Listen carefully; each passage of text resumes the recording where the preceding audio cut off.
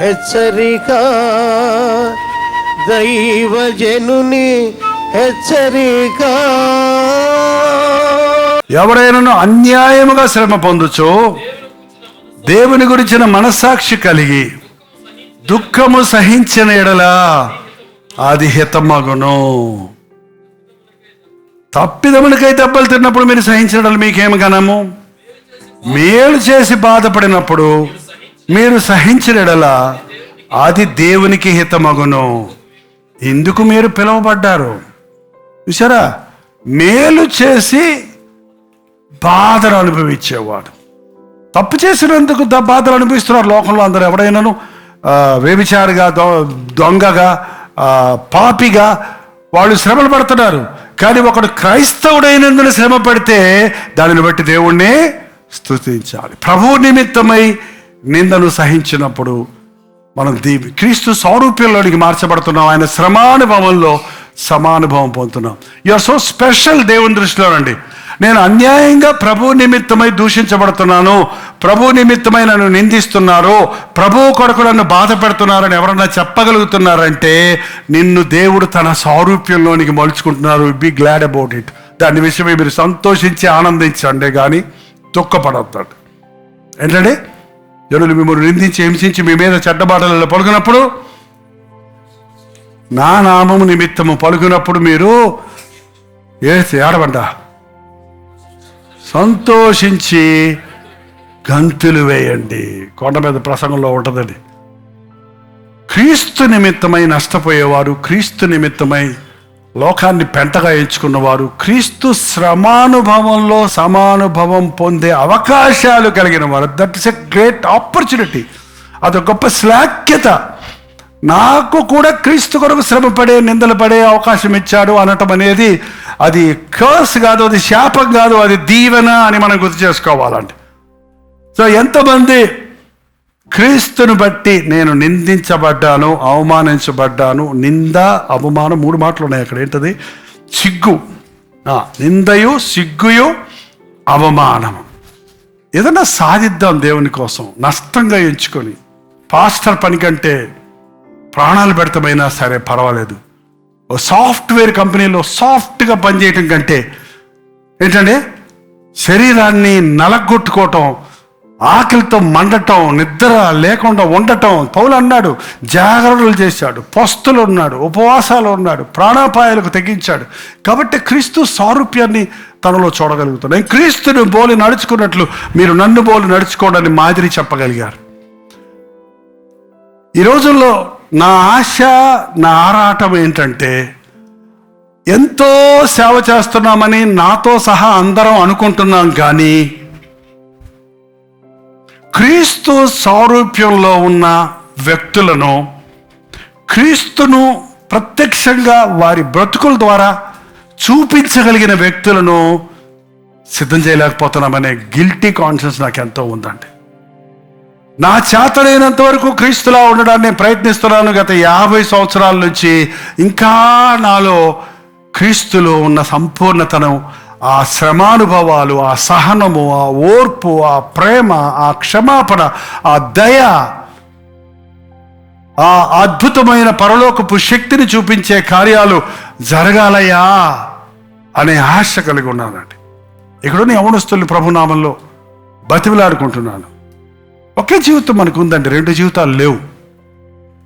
ఒక్కసారి నీ బతుకులో యవనస్తుడిగా ఉంటావు. నువ్వు 20 ఏళ్ల కుర్రాడుగా ఒక్కసారే ఉంటావు. నువ్వు 30 ఏళ్ళ యవనస్తుడిగా ఒక్కసారే ఉంటావు నీ బ్రతుకులో. మళ్ళీ 30వ సంవత్సరం నీకు రాదు. 30 తిప్పల పడ్డా కూడా నీకు. నువ్వు రోజు రోజుకి నీ వయసు పెరిగిపోతుంది, నీ ఆయుష్ తరిగిపోతుంది, నీ స్ట్రెంత్ బలహీనమైపోతుంది. ఆ తర్వాత నువ్వు ఏది చేస్తారన్నది వేరే సంగతి. దేవుడు ఏది చెయ్యాలనుకున్నాడో దాన్ని చేయండి. ఆయన శ్రమలో నేను పాలిభాగొస్తున్నవ్వాలి. శ్రమలు సహించని వాడు క్రైస్తవుడే కాదండి. శ్రమ లేని క్రైస్తవ్యం బైబిల్లో లేలేదు. క్రైస్తవ్యం పూల పాన్పు కానే కాదు, పల్లకీల మోత కానే కాదు.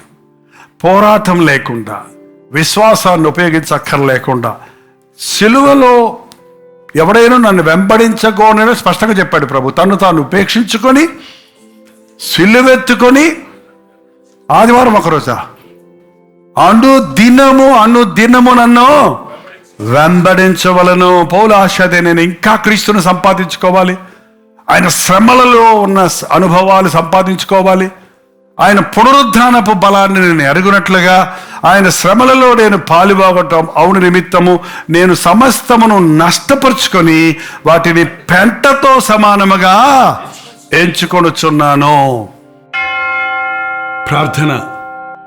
యేసయ్యా, ఇదిగో నాయనా, నిన్నే ప్రేమిస్తున్నానయ్యా, నిన్నే ప్రేమిస్తున్నానయ్యా, నా పూర్ణ హృదయంతో నిన్నే ప్రేమిస్తున్నానయ్యా. తండ్రి, వెనుకున్న వాటిని మరచిపోవడానికి సహాయం చేయి.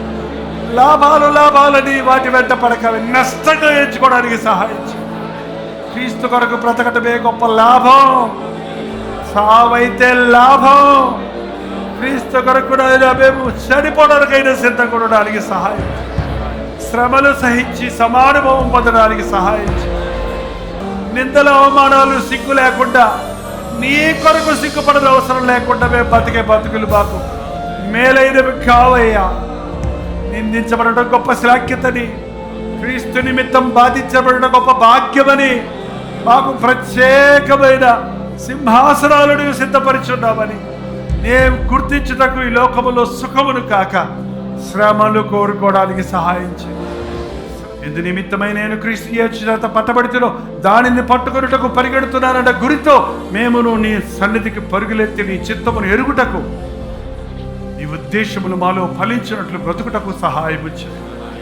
క్రీస్తు నామములో అడుగుచున్నాము తండ్రి, ఆమేన్.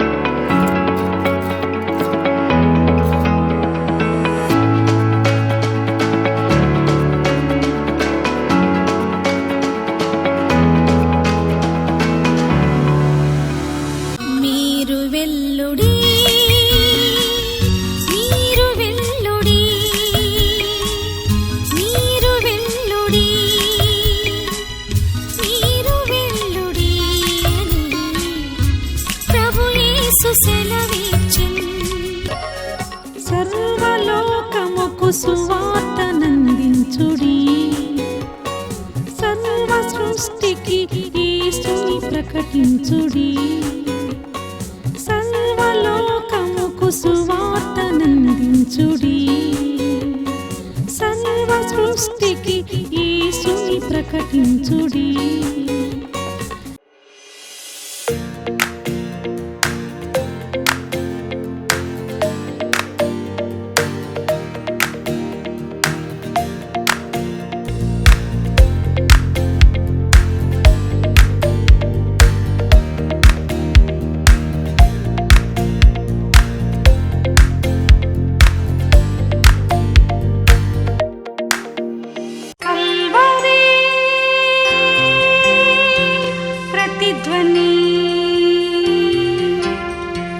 కల్వరీ